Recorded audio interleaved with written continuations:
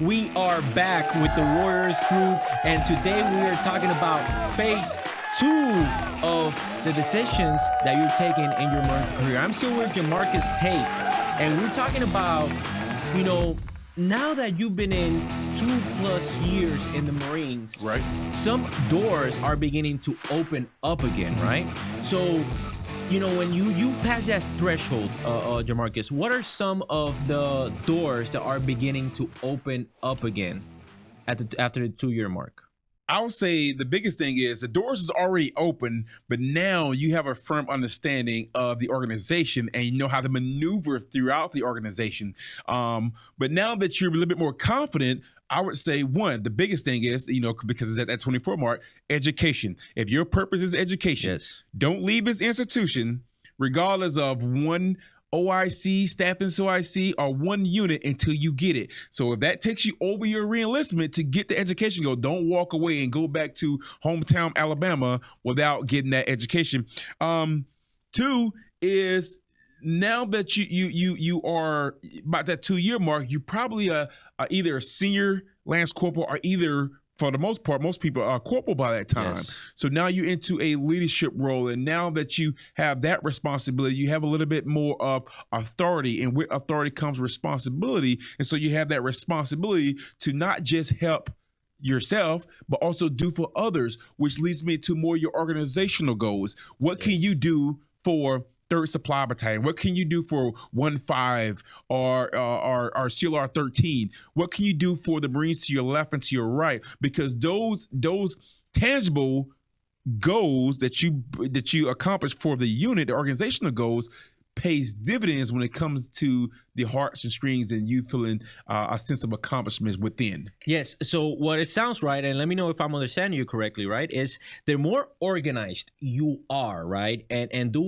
how you get organized, setting medium and long-term goals, right? This is the perfect moment in order for you to start setting those goals, right?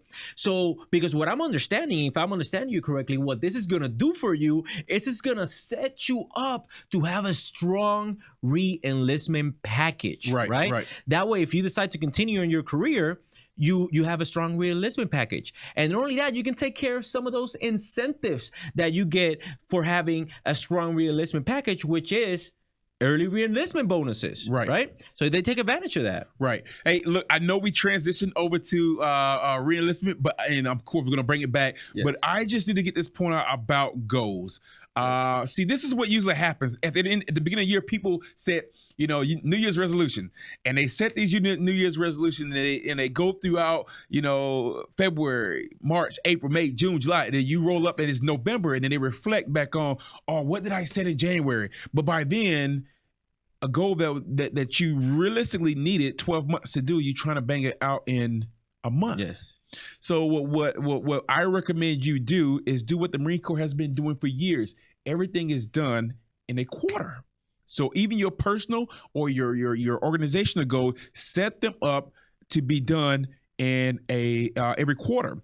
And even if it's a goal that takes 6 months, make a phase line for that January, February, March midway point. This is where I'm at. Let me revisit my goal to see where I'm at and to see if I'm on the right track. Because you need to make these goals SMART, and that's the acronym. If anybody want to know what that means, please reach out to me and the information I'm going to provide, and we'll talk a little bit more about that. Now let's go back to re-enlisting. Yes. So we're talking about re-enlistment, right? Uh-huh. So whenever it comes to re-enlistment, a lot of Marines tend to wait because they are unsure. That's why I'm saying start this early.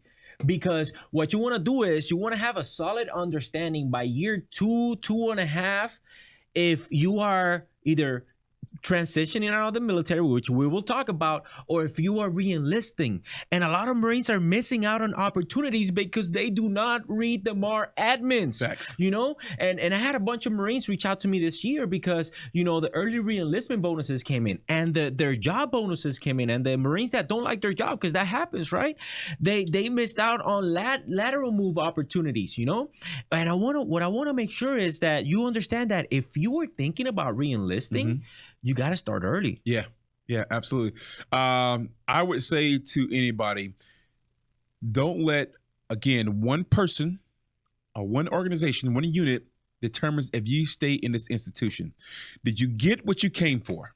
Did you get the education? Did you get the travel and adventure? Did you get the pride of belonging? Did you get all those things? Because you should not give one person that much power to influence you to leave before you got what you came for. To be honest with you, I don't remember me making the conscious decision to re-enlist. I remember I'm getting out. I'm an E3 taking out the trash after the work day was over. I'm like, I'm a grown man. I ain't taking no trash out. I had that mentality. Once I got rid of that mentality and realized if I was working almost anywhere, I'm going to be doing entry-level duties. The Marine Corps is no different. So once I got over that, and I got out of my own head and got out of my own way. I was standing on top of a 7-ton, and I had my right hand in the air, and I decided I'm going to be a Marine. And I always said, if I'm going to do anything over 4, I might as well go ahead and get that. In the civilian world, early retirement, because retiring at the age of 39 is a great, amazing feeling. So yes, read the Mar-At-Man. Whether you're going to get out or stay in, that way you have the information. So if you need to pull a trigger, you know the deadline to do it. So yeah, absolutely. Great points. And that brings me to my next thing, right? Because we're talking about that transition from Lance Corporal to Corporal, which is, in my opinion, the biggest transition that you will have in the military. Absolutely. And now you have to understand the macro and the micro perspective of where you fall, in the totem pole in the Marine Corps. Because, you've been already going through the motions for the past 2-3 years. And you need to understand where you fall under the big scheme of things, so that way you understand where do you fall under the mission that the Marine Corps is giving you, so that way you can develop those communication skills to give them back to your Marines. Because now it's not only about you. Now it's about those Marines under your charge. And if you are not able to inspire them because you do not understand as a leader where you fall under, then you're not doing yourself a favor, and you're setting yourself up for failure as a leader and as a Marine. Yeah. So on that right there, Albert, I would say, and I did this when I was at the Marine Corps University. I had some O3s. I had them all stand up. And I had some Motor T guys stand up, and I asked the O3s, because that's who all the MOSs support. I said, can you do your job without Motor T? Someone want to pound their chest and thought about saying yes, but the answer is no, because you need stuff to be moved around. I had a communicator stand up. O3, can you do your job without the communicator? No. Had a supply guy. Can you do your job without the supplies that you need to go down range and, close whip and destroy the enemy? The answer is no. Hey, what about food in your belly? Can you do your job without that food service Marine? The answer is no. You best believe that any MOS, any job in the Marine Corps that the Marine Corps can get rid of and save money, they will. Yes. So just know you are needed. Not wanted, you're needed. And in the small warehouse, you need to understand how you're needed within your job. And that's why the Marine Corps is really great, because we believe in decentralized decision-making ability. I'm going to tell you the purpose. I'm going to tell you why this needs to be done. And I'm going to tell you if it's time sensitive or mission essential for you to get this thing done. Once a individual Marine at that small unit leader level understands the why, they're good. Exactly. Now they become a self-licking lollipop. So you need to get to the point where you're a self-licking lollipop. Hey, Staff Sergeant, what's the job? All right, cool. All right, and what has precedence? Time or mission? Cool, that's all I need. And you go. And not only that, but you are able to remove yourself from the equation, and you know that the mission is still gonna be done, right? Right. And that leads me to the next topic, which is transitioning out, pun intended. Okay. So, when we're transitioning out of the Marine Corps, let's say, a lot of Marines, because this institution, even if you're a Marine for life, it's not for everybody to stay in it. And that's okay. Okay. There's nothing wrong with you doing 4 years honorably and you transitioning out of the Marine Corps. Facts. Right. So for those Marines that are transitioning out, what are some of the tools that you recommend that they start taking early on? So I would say this. I see it in some people, not all, where they stuck around the institution not because they wanted to, it's because they needed to. And the person that suffers is the Marines underneath their charge. So if you're about to transition out, whether it's 4 years or 30 years, I would just tell you to the 100%, the 110% you give into the institution, take back 10 to invest in yourself and say, all right, what is going to be my next career move after this?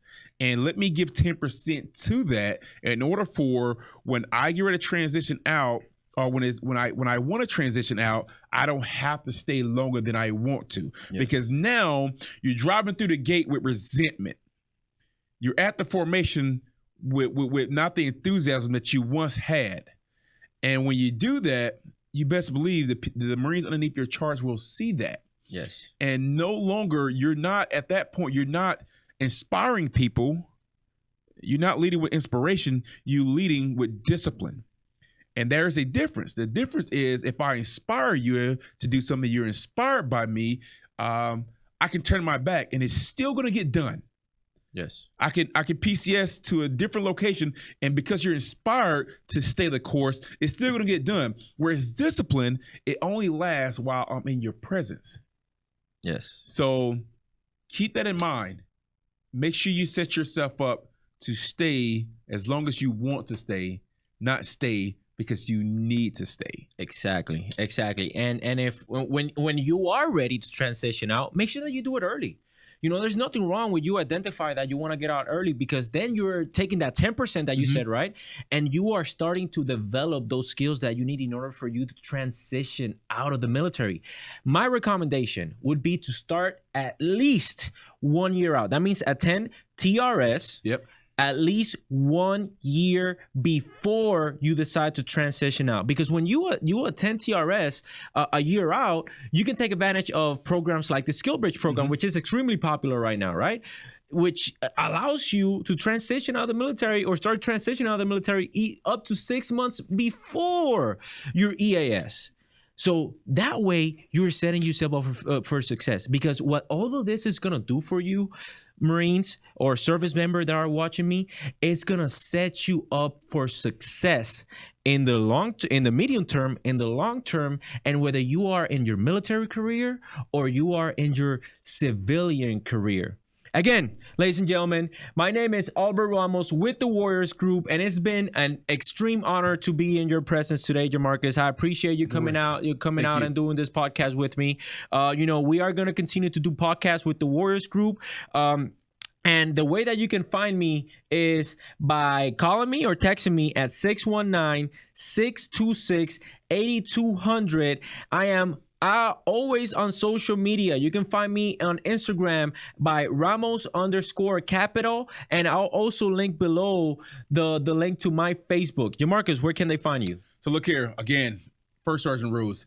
Anytime, any day, 760-304-2065.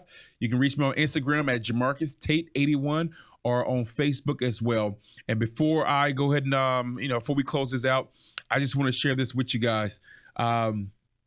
Whenever I see a service member who have left the active duty ranks, I always want to know, what have they done? What are they doing now? And the ones who are not doing what they want to do because they didn't prepare for it, in my mind, especially if they was a Marine underneath my charge, I feel that, I failed them.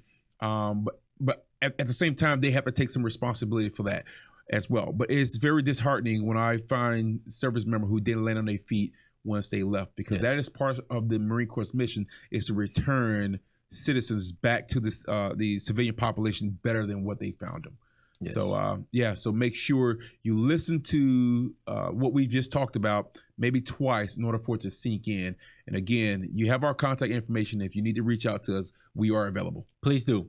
Again, ladies and gentlemen, I'll see you guys in the next one. Matter of fact, Jermarcus, how about you feel if we do one for the SDA?